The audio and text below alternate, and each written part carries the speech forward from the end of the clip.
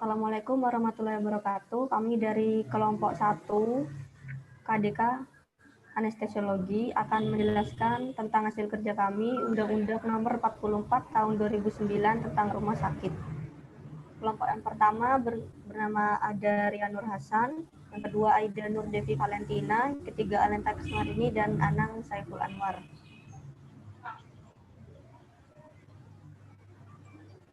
Pokok bahasan dari sini yaitu overview UU nomor 4 tahun 2009 tentang rumah sakit, isu-isu pokok Undang-Undang nomor 44 tahun 2009 dan aspek hukum rumah sakit berdasarkan Undang-Undang nomor 44 tahun 2009.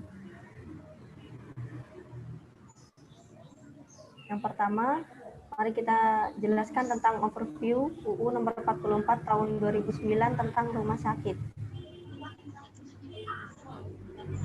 Landasan konstitusi. Pasal 24H ayat 1 Undang-Undang 1945 yang berbunyi setiap orang berhak hidup sejahtera lahir dan batin, bertempat tinggal dan mendapatkan lingkungan hidup yang baik dan sehat, serta berhak memperoleh pelayanan kesehatan. Selanjutnya, Undang-Undang Rumah Sakit tahun 2009. Undang-undang tersebut disahkan dalam sidang paripurna DPR tanggal 28 September tahun 2009 dan diundangkan dalam Lembaran Negara tahun 2009 nomor 153 tambahan Lembaran Negara 5072 tanggal 28 Oktober tahun 2009. Apa yang di belakang? Sistematika ada 15 bab dan 66 pasal. Yaitu ketentuan umum 1 pasal 7 butir, asas dan tujuan 2 pasal, tugas dan fungsi 2 pasal, tanggung jawab pemerintah dan pemerintah daerah 1 pasal, persyaratan 1 bagian 7 bagian 11 pasal, jenis dan klasifikasi 2 bagian 7 pasal, perizinan 4 pasal, kewajiban dan hak 4 bagian 4 pasal, penyelenggaraan 8 bagian 15 pasal, pembiayaan 4 pasal, pencatatan dan pelaporan 2 pasal, pembinaan dan pengawasan 3 bagian 8 pasal, ketentuan pidana 2 pasal, ketentuan peralihan 1 pasal, serta ketentuan penutup 2 pasal.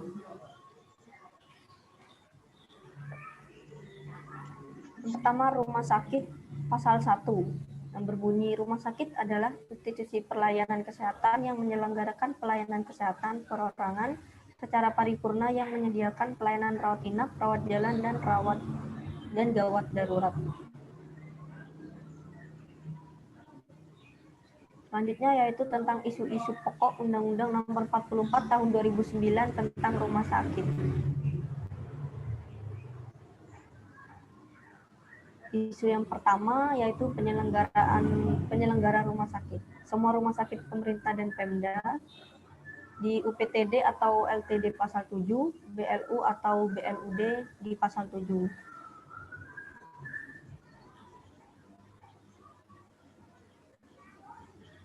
Rumah sakit menjadi BLU.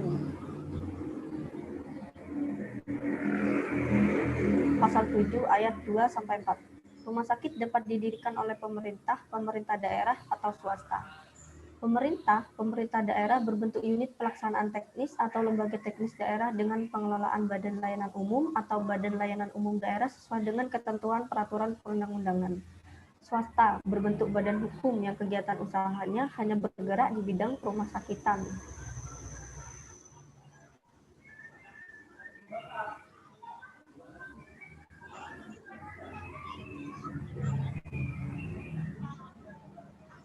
Selanjutnya adalah pengelolaan pasal 20. Ayat 1-nya berbunyi berdasarkan pengelolaan rumah sakit dapat dibagi menjadi rumah sakit publik dan rumah sakit privat. Rumah sakit publik dapat dikelola oleh pemerintah daerah dan badan hukum yang bersifat nirlaba. Ayat 3-nya, rumah sakit publik yang dikelola pemerintah dan pemerintah daerah dilaksanakan berdasarkan pengelolaan BLU atau BLUD sesuai dengan ketentuan peraturan perundang-undangan. Bunyi keempat, RS publik yang dikelola pemerintah dan pemerintah daerah tidak dapat dialihkan menjadi rumah sakit privat. Selanjutnya di pasal 21, rumah sakit privat sebagaimana dimaksud dalam pasal 20 dikelola oleh badan hukum dengan tujuan profit yang berbentuk PT atau perseorangan.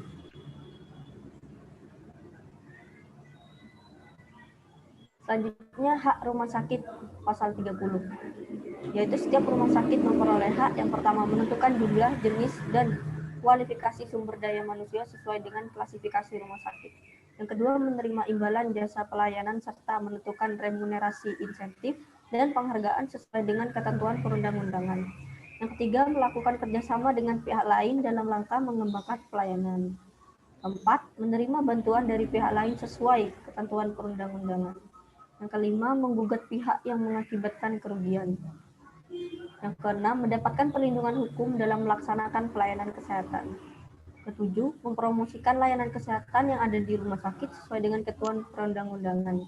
Dan yang terakhir, mendapatkan insentif pajak bagi rumah sakit publik dan rumah sakit yang ditetapkan sebagai rumah sakit pendidik.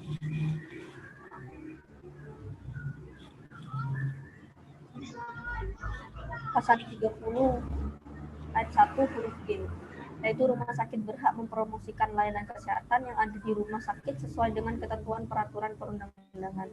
Nah, ketentuan ini akan ditindaklanjuti dalam sebuah peraturan Menteri Kesehatan yang sekurang-kurangnya akan mengatur persyaratan iklan publikasi pelayanan kesehatan, media yang dapat dijadikan sarana melakukan iklan atau publikasi, penilaian iklan atau publikasi yang dilakukan oleh suatu tim yang dibentuk oleh Menteri, serta pembinaan dan pengawasan.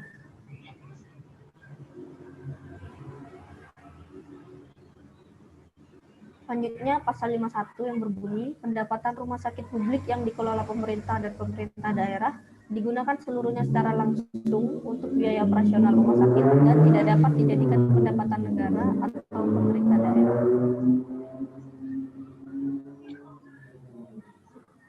Undang-undang rumah sakit memisahkan klasifikasi dengan penetapan rumah sakit pendidikan. Ternyata tidak mengatur tentang klasifikasi internasional ataupun nama internasional.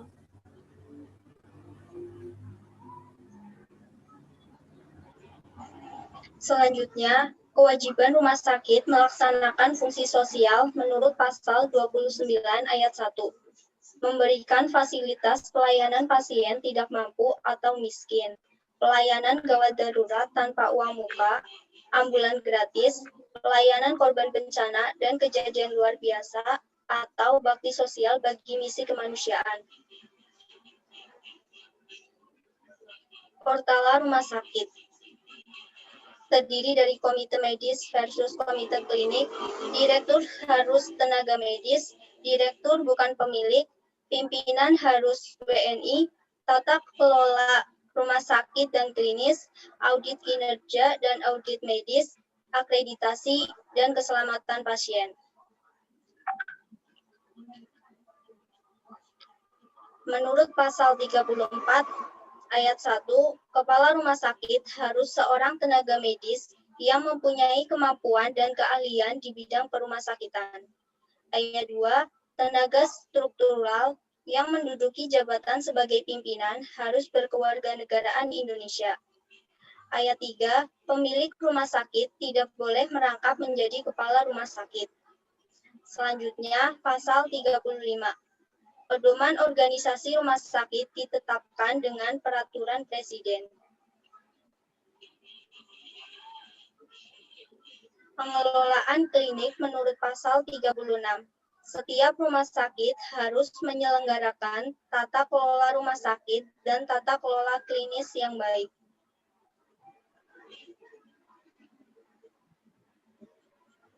Keselamatan pasien menurut pasal 43.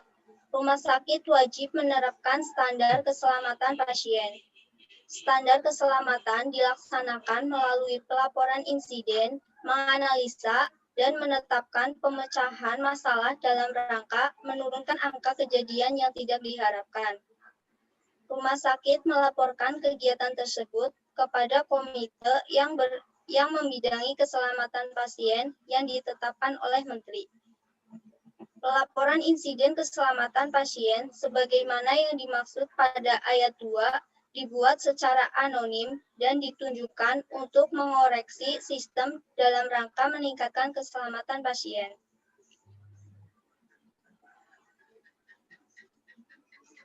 Perlindungan hukum rumah sakit menurut pasal 44 dan 45. Rumah sakit dapat menolak mengungkapkan segala informasi kepada publik yang berkaitan dengan rahasia kedokteran. Pasien dan atau keluarga yang menuntut rumah sakit dan menginformasikannya melalui media massa dianggap telah melepas hak rahasia kedokterannya kepada umum. Penginformasian kepada media massa tersebut memberikan kewenangan kepada rumah sakit untuk mengungkapkan rahasia kedokteran pasien sebagai hak jawab rumah sakit. Rumah sakit tidak bertanggung jawab secara hukum apabila pasien dan atau keluarganya menolak atau menghentikan pengobatan yang dapat berakibat kematian pasien setelah adanya penjelasan medis yang komprehensif. Rumah sakit tidak dapat dituntut dalam melaksanakan tugas dalam rangka menyelamatkan nyawa manusia.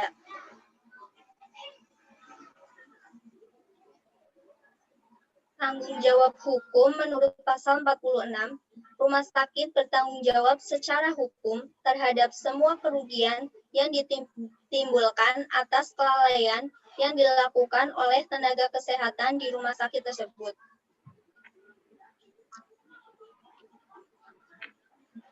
Pembiayaan menurut pasal 48 ayat 1, pembiayaan rumah sakit dapat bersumber dari penerimaan rumah sakit, anggaran pemerintah, subsidi pemerintah, anggaran pemerintah daerah, subsidi pemerintah daerah, dan sumber lain yang tidak mengikat sesuai ketentuan peraturan perundang-undangan. Ketentuan lebih lanjut mengenai subsidi atau bantuan pemerintah diatur oleh peraturan pemerintah. Selanjutnya, pasal 49, pola tarif nasional ditetapkan oleh Menteri berdasarkan komponen biaya satuan, pembiayaan, dan memperhatikan kondisi regional. Gubernur menetapkan pagu tarif maksimal berdasarkan pola tarif nasional yang berlaku untuk rumah sakit di provinsi yang bersangkutan. Penetapan besaran tarif rumah sakit harus berdasarkan pola tarif nasional dan pagu tarif maksimal.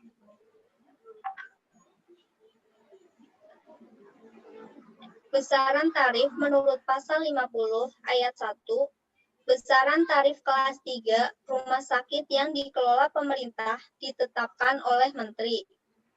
Ayat 2, besaran tarif kelas 3 rumah sakit yang dikelola pemerintah daerah ditetapkan dengan peraturan daerah. Ayat 3, besaran tarif kelas 3 rumah sakit selain rumah sakit pemerintah ditetapkan oleh pimpinan rumah sakit dengan memperhatikan besaran tarif.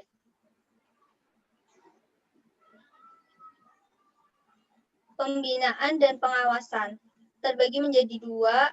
Yang pertama, internal, meliputi Dewan Pengawas Rumah Sakit, Komite Medik atau Audit Medis atau Klinis, dan Satuan Pemeriksaan atau Audit Kinerja. Selanjutnya, eksternal, terbagi menjadi tiga, yaitu Badan Pengawasan Rumah Sakit Indonesia dan Provinsi, yang kedua, Tenaga Pengawasan atau Teknis Kinerja, dan yang ketiga, Profesi atau Teknis Medis dan Klinis.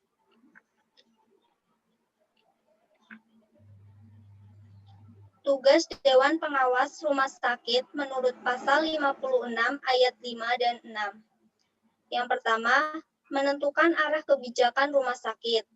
Yang kedua, menyetujui dan mengawasi pelaksanakan Renstra. Yang ketiga, menilai dan menyetujui pelaksanaan rencana anggaran. Yang keempat, mengawasi pelaksanaan kendali mutu dan kendali biaya. Yang kelima, mengawasi dan menjaga hak dan kewajiban pasien. Yang keenam, mengawasi dan menjaga hak dan kewajiban rumah sakit. Dan yang terakhir, mengawasi kepatuhan penerapan etika rumah sakit, etika profesi, dan peraturan perundang-undangan.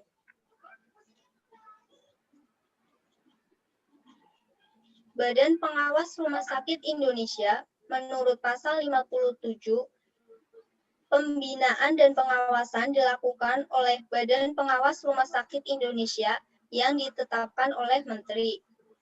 Badan Pengawas Rumah Sakit Indonesia bertanggung jawab kepada Menteri. Badan Pengawas Rumah Sakit Indonesia merupakan unit non-struktural di kementerian yang bertanggung jawab di bidang kesehatan dan dalam menjalankan tugasnya bersifat independen. Keanggotaan Badan Pengawas Rumah Sakit Indonesia berjumlah maksimal 5 orang, terdiri dari 1 orang ketua, merangkap anggota, dan 4 anggota.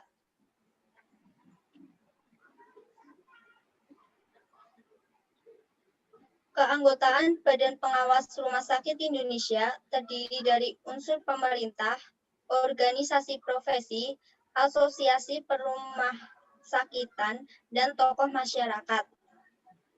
Badan Pengawas Rumah Sakit Indonesia dalam melaksanakan tugasnya dibantu sekretariat yang dipimpin oleh seorang sekretaris. Biaya untuk pelaksanaan tugas-tugas Badan Pengawas Rumah Sakit Indonesia dibebankan kepada Anggaran Pendapatan dan Belanja Negara atau APBN.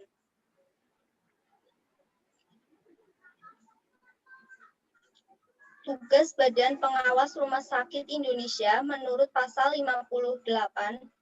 Yang pertama, membuat pedoman tentang pengawasan rumah sakit untuk digunakan oleh Badan Pengawas Rumah Sakit Provinsi.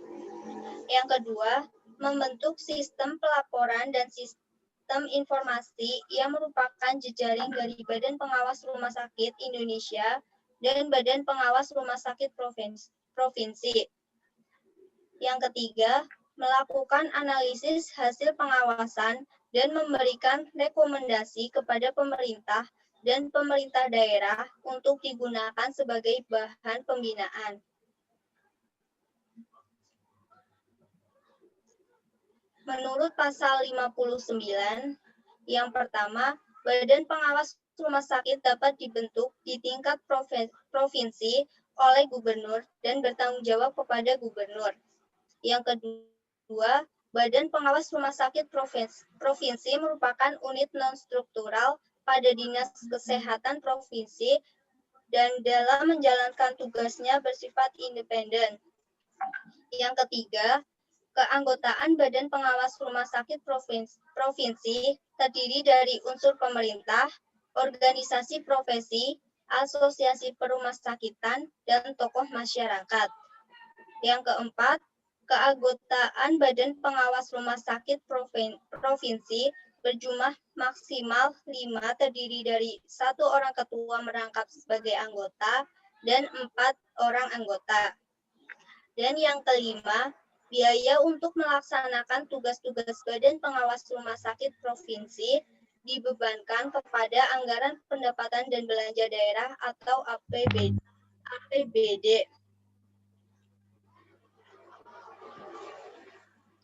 Tugas Badan Pengawas Rumah Sakit Provinsi menurut pasal 60-61. Jelaskan bahwa untuk mengawasi dan menjaga hak dan kewajiban pasien di wilayahnya. Kedua, mengawasi dan menjaga hak dan kewajiban rumah sakit di wilayahnya. Ketiga, mengawasi penerapan etika rumah sakit, etika profesi, dan peraturan perundang-undangan.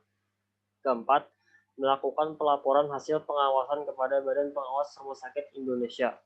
Kelima, melakukan analisis hasil pengawasan dan memberikan rekomendasi kepada pemerintah daerah untuk digunakan sebagai bahan pembinaan. Dan poin keenam, menerima pengaduan dan melakukan upaya penyelesaian sengketa dengan cara mediasi. Ketentuan lebih lanjut mengenai Badan Pengawas Rumah Sakit Indonesia dan Badan Pengawas Rumah Sakit Provinsi diatur dalam peraturan pemerintah. Aspek hukum rumah sakit berdasarkan Undang-Undang Nomor 44 Tahun 2009 tentang rumah sakit, meliputi perizinan, penetapan kelas rumah sakit, dan akreditasi rumah sakit. Dalam perizinannya, izin untuk mendirikan rumah sakit itu 2 tahun ditambah 1 tahun. Dan izin operasionalnya 5 tahun. Dan itu diberikan setelah memenuhi persyaratan yang ditentukan dalam pasal 7 sampai dengan pasal 16 Undang-Undang Nomor 44 Tahun 2009. Kemudian diberikan sesuai atribusi kewenangan yang dibentuk oleh Undang-Undang Nomor 44 Tahun 2009. Izinnya itu untuk rumah sakit kelas A dan rumah sakit PMA atau PMDN diberikan oleh Menteri. Sedangkan untuk rumah sakit kelas B diberikan oleh Pemda Provinsi, dan untuk rumah sakit kelas C dan rumah sakit kelas D diberikan oleh Pemda Kabupaten atau Kota. Kewenangan dalam perizinan. Untuk rumah sakit kelas A dan rumah sakit PMA atau PDN, izin pendirian akan sangat terkait dengan kewenangan yang dimiliki oleh sektor lain, misalnya kantor pertanahan, tata ruang, lingkungan hidup, dan lain-lain. Ini berlaku untuk semua kelas rumah sakit, maupun A, B, atau C. Untuk rumah sakit kelas A, itu direkomendasikan Dinkes Provinsi. Untuk rumah sakit kelas B, direkomendasikan oleh Dinas Kesehatan Kabupaten atau Kota. Untuk kelas C, direkomendasikan oleh Dinas Kesehatan Kabupaten atau Kota. Untuk kelas A, tadi juga termasuk rekomendasi BPKM yang berlanjut kepada rumah sakit PMA atau PMDN. Dan sesuai dengan ketentuannya, rumah sakit A dilakukan oleh Menteri, B untuk Pemda Provinsi, dan kelas C atau D dan D dilakukan oleh Pemda Kabupaten atau Kota. Kemudian penetapan kelas rumah sakit. Yang pertama, rumah sakit pemohon telah beroperasi dan menggunakan izin operasional. Kemudian, permohonan dengan menyertakan rekomendasi dari Dinas Kesehatan Kabupaten Kota dan Dinas Kesehatan Provinsi, profil dan data rumah sakit, dan isian instrumen self-assessment penetapan kelas. Kemudian, penilaian oleh tim yang dibentuk Menteri, melakukan penilaian secara langsung atas pemenuhan persyaratan sarana dan prasarana, peralatan, sumber daya manusia, serta administrasi dan manajemen. Selanjutnya, keputusan penetapan kelas rumah sakit dilakukan oleh Menteri Kesehatan. Akreditasi rumah sakit. Untuk saat ini, akreditasi rumah sakit dilakukan oleh Komite Akreditasi Rumah Sakit atau KRS. Sebagai lembaga yang independen dalam pelaksanaan akreditasi, Rumah Sakit Indonesia dibentuk dan bertanggung jawab secara fungsional kepada Menteri Kesehatan. Akreditasi yang dilaksanakan, akreditasi 5 pelayanan, akreditasi 12 pelayanan, dan akreditasi 16 pelayanan. Perbaikan sistem akreditasi rumah sakit. KARS atau Komite Akreditasi Rumah Sakit dalam proses reoptimalisasi melakukan standar akreditasi dalam proses penyempurnaan. Kemudian berlanjut kepada Peraturan Menteri Kesehatan tentang akreditasi rumah sakit dalam proses penyusunan. Ini merupakan alur dari perizinan rumah sakit. Diawali dengan izin pendirian, izin operasional sementara, penetapan kelas, izin operasional tetap, kemudian bisa berlanjut kepada proses registrasi, akreditasi, kemudian berangsur kepada proses patient safety. Aspek hukum prasarana rumah sakit. Yang pertama, memenuhi standar pelayanan keamanan, keselamatan, dan kesehatan kerja berdasarkan pasal 11 ayat 2. Poin kedua, terpelihara dan berfungsi dengan baik berdasarkan pasal 11 ayat 3. Poin ketiga, petugas yang memiliki kompetensi berdasarkan pasal 11 ayat 4.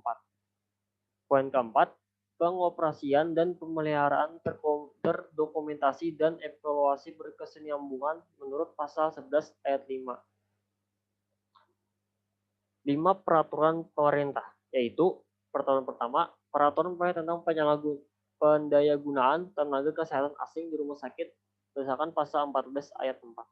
Poin kedua, peraturan pemerintah tentang rumah sakit pendidikan menurut pasal 23 ayat 3.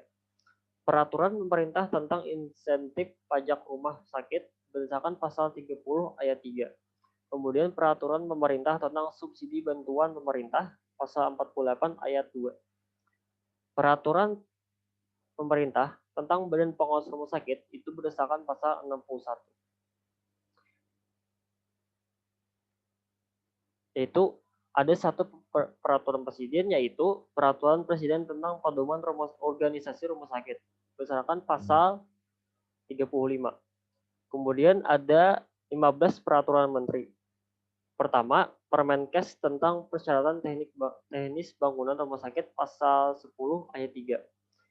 Yang kedua, Permenkes tentang persyaratan rumah sakit pasal 11 ayat 6. Kemudian ada Permenkes tentang standar pelayanan kefarmasian di rumah sakit berdasarkan pasal 15 ayat 5. Kemudian Permenkes tentang klasifikasi rumah sakit pasal 24 ayat 4. Yang kelima, Permenkes tentang perizinan rumah sakit pasal 28, Permenkes tentang kewajiban rumah sakit menurut pasal 29 ayat 3, Permenkes tentang promosi layanan kesehatan di rumah sakit menurut pasal 30 ayat 2, Permenkes tentang kewajiban pasien menurut pasal 31 ayat 2, Permenkes tentang rahasia kedokteran menurut pasal 38 ayat 3, yang ke-10, Permenkes tentang akreditasi rumah sakit pasal 40 ayat 4. Kemudian poin ke-11, Permenkes tentang sistem rujukan pasal 42 ayat 3, Permenkes tentang standar keselamatan pasien pasal 43 ayat 5. Selanjutnya Permenkes tentang penyelenggaraan rumah sakit bergerak pasal 47 ayat 2. Poin 14, Permenkes tentang pembinaan dan pengawasan rumah sakit pasal 54 ayat 6. Dan yang terakhir adalah Permenkes tentang Dewan Pengawas Rumah Sakit berdasarkan pasal 56 ayat 6. 6 keputusan menteri, yaitu pertama, Kepmenkes tentang pedoman audit medis menurut pasal 39 ayat 5. Yang kedua, Kepmenkes tentang lembaga pelaksana akreditasi pasal 40 ayat 3. Poin ketiga, Kepmenkes tentang pola tarif nasional rumah sakit menurut pasal 49 ayat 1. Yang keempat, Kepmenkes tentang besaran tarif kelas 3 rumah sakit UPT Departemen Kesehatan menurut pasal 50 ayat 1. Yang kelima, Kepmenkes tentang pengangkatan tenaga pengawas rumah sakit menurut pasal 54 ayat 3. Yang keenam, terakhir, Kepmenkes tentang penetapan badan pengawas rumah sakit menurut pasal 57 ayat 1. Satu jenis peraturan daerah, yaitu peraturan daerah tentang besaran tarif kelas 3 rumah sakit UPT daerah menurut pasal 50 ayat 2. Ada dua jenis keputusan gubernur, yaitu keputusan gubernur tentang penetapan badan pengawas rumah sakit provinsi menurut pasal 59 ayat 1 dan keputusan gubernur tentang pagu tarif rumah sakit di provinsi menurut pasal 49 ayat 3. Sekian dari presentasi kami. Wassalamualaikum warahmatullahi wabarakatuh.